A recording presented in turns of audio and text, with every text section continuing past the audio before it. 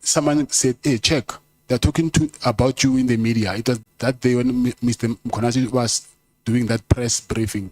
So when I heard that cell phone, that boy left. Immediately the members of the task force of EST, they came to my cell. And then the same day, those guys from intelligence and PKTT, they came to prison. So I asked myself a question that if this thing was found in prison, how did these guys knew that I was found with a cell phone? So I thought maybe it was something which has been organized for me to be found with a cell phone. That guy who was arrested and sentenced for killing Boswani, what's your relationship with him? I'm forgetting his name. Keke. Yes, I don't have a relationship with him. You have never worked together? Work? Yeah? No. But he's also from Mamelodi. Yes. Mokgotsi believes that you are John Wick, and everybody else there believes you are a John Wick in Mamelodi, that you have been killing people in Mamelodi. Yes, I heard that. But what are you, John Wick? No, I'm not. Do you kill people? No. Have you ever been accused of murder before? No, never. So what effort have you taken, the same effort you have taken in saving the image of the company? Yes. To save your image from being called a John Wick and being called a dangerous murderer in Mamelodi? What effort have you taken? That thing, I heard it from Matlala Commission, but I was in CMEX. There we don't have access to anything. So there's nothing I can do at this moment. My main focus now is to fight to get myself out of this place. No, but you're called John Wick before you came here. No. I don't know about that. You are not called John Wick before you came here. Now, in your detail of 14 security or personal protectors, how many are former task force members? It's not task force, it's from the defense, it's special forces. Yeah. Yes. No, I'm asking about the task force, the police task force. Oh, task force is one. It's one. And then the special forces?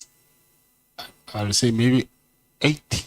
8. Yeah. Out of 14. So it's special forces, 8 plus 1 task force. 9. That is paramilitary. It's not VIP protection to have such dangerous, the highest form of defense of the country in one unit. How much does that cost per month? I was paying them 100,000 a month each. Yeah. So what is your personal security detail budget per month? Because remember, it's food, it's petrol, it's convoy, it's hotels, it's all of that. My budget is 2 million. No, you said the security company makes 2 million. You can't budget 2 million. So the whole 2 million, when it gets in, it goes to those people. Yes, but I don't have one company.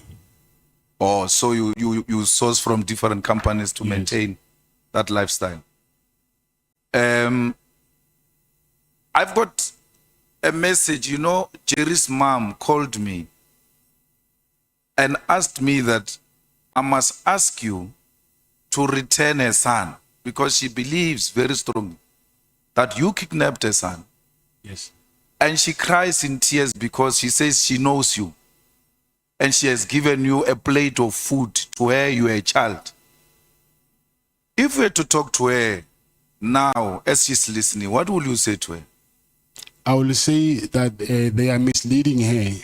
And I think the people who are misleading her are the people who put me here in prison. Because I think they even went and told this same thing before the mother to Jerry's wife. So I will say she's being misled because they know very well that I'm the first person who woke up at night there, and then I was the first person who was looking for Jerry everywhere. So when they say I kidnapped her, it's because maybe of my suggestion that rather let's tell the police the truth. And then they were not comfortable with that. And I said to them, it's either we do that or we never find him, because if we don't give them a clue, then how are we going to know, how the police are they going to know where he is? So they were emphasizing that we need to save their image, his image. So me and them, we ended up not agreeing on one thing, because even myself, I was tired of looking for someone, but we must lie to the police on the other side. Yeah, but I'm saying I'm given some limited time and I'm allocating it to you. Speak to her. Talk to Jerry's mom. She's listening to you now. She's watching you. Talk to her. Her son has been missing for so long. Yes. And she feels very strongly that you took her son. Yes. The same way they felt very strong that you took AB's wife and AB's son. Yes. So before you speak to AB, speak to Jerry's mom. AB knows that. I think wherever he knows that thing he knows very well that I've never done. No, leave that. AB. I'm saying, Yes. AB, Jerry's mom is watching. Talk to her.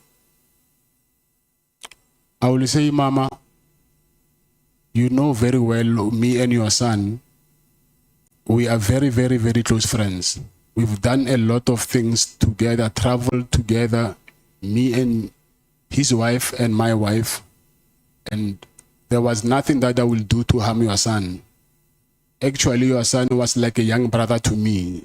So there are people who are getting between us, trying to convince you that I took your son so that you might think of me as this boogeyman that people paint me to be.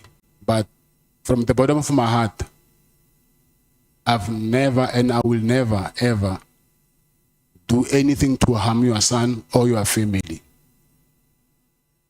Thank you, sir. I'm sorry.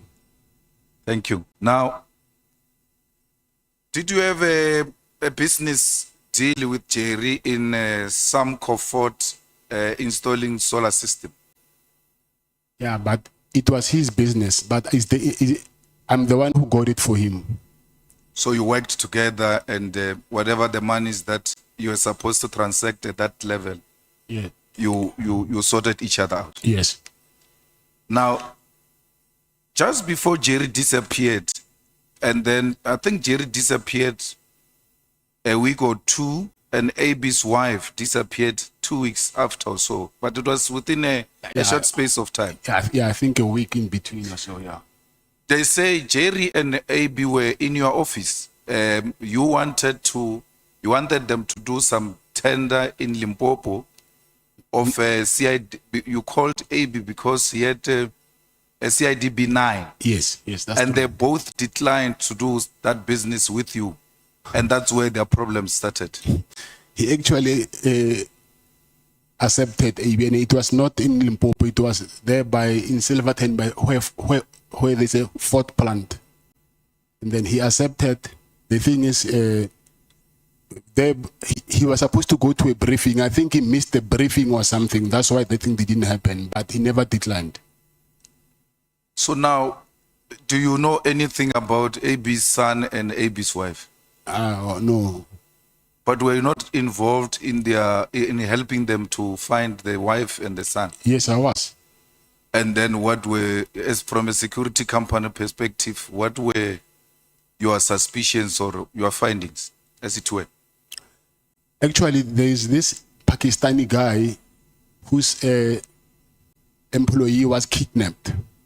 The Pakistani guy, he's a Muslim. We go to the same mosque.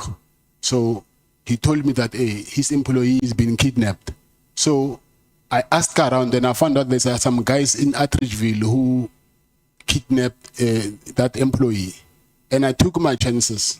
I just said, call the guy, and I said, I know it's you, but I was just testing the waters. Return that guy because we do not want to come looking for you.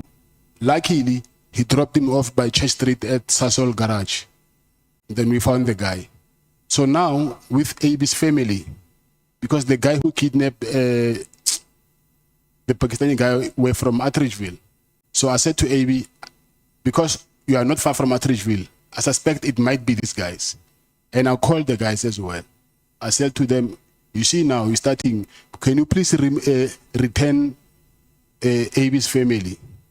And then he hung up and then he switched off the phone and then he just disappeared.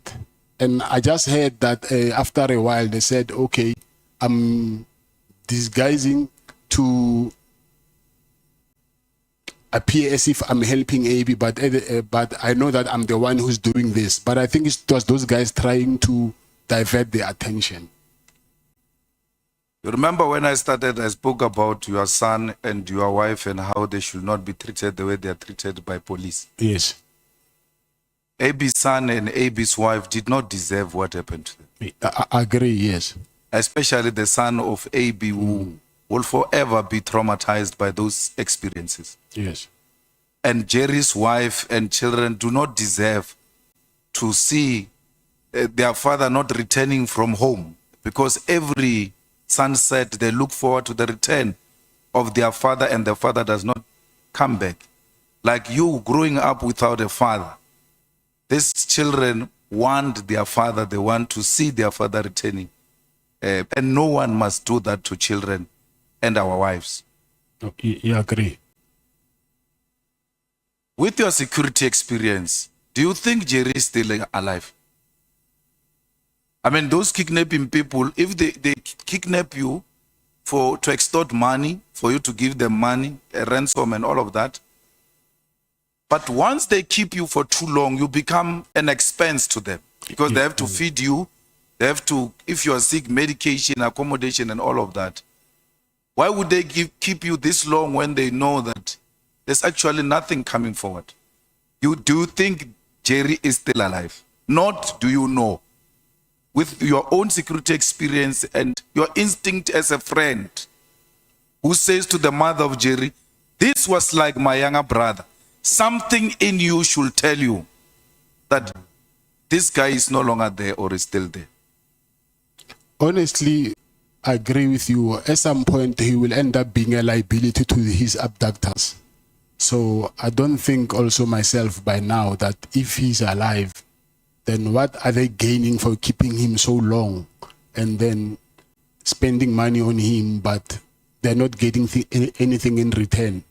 So it's a very hard one to accept, but obviously when you add one and one together, for me, it does not give me, I wouldn't say that these people will benefit anything from keeping him so long.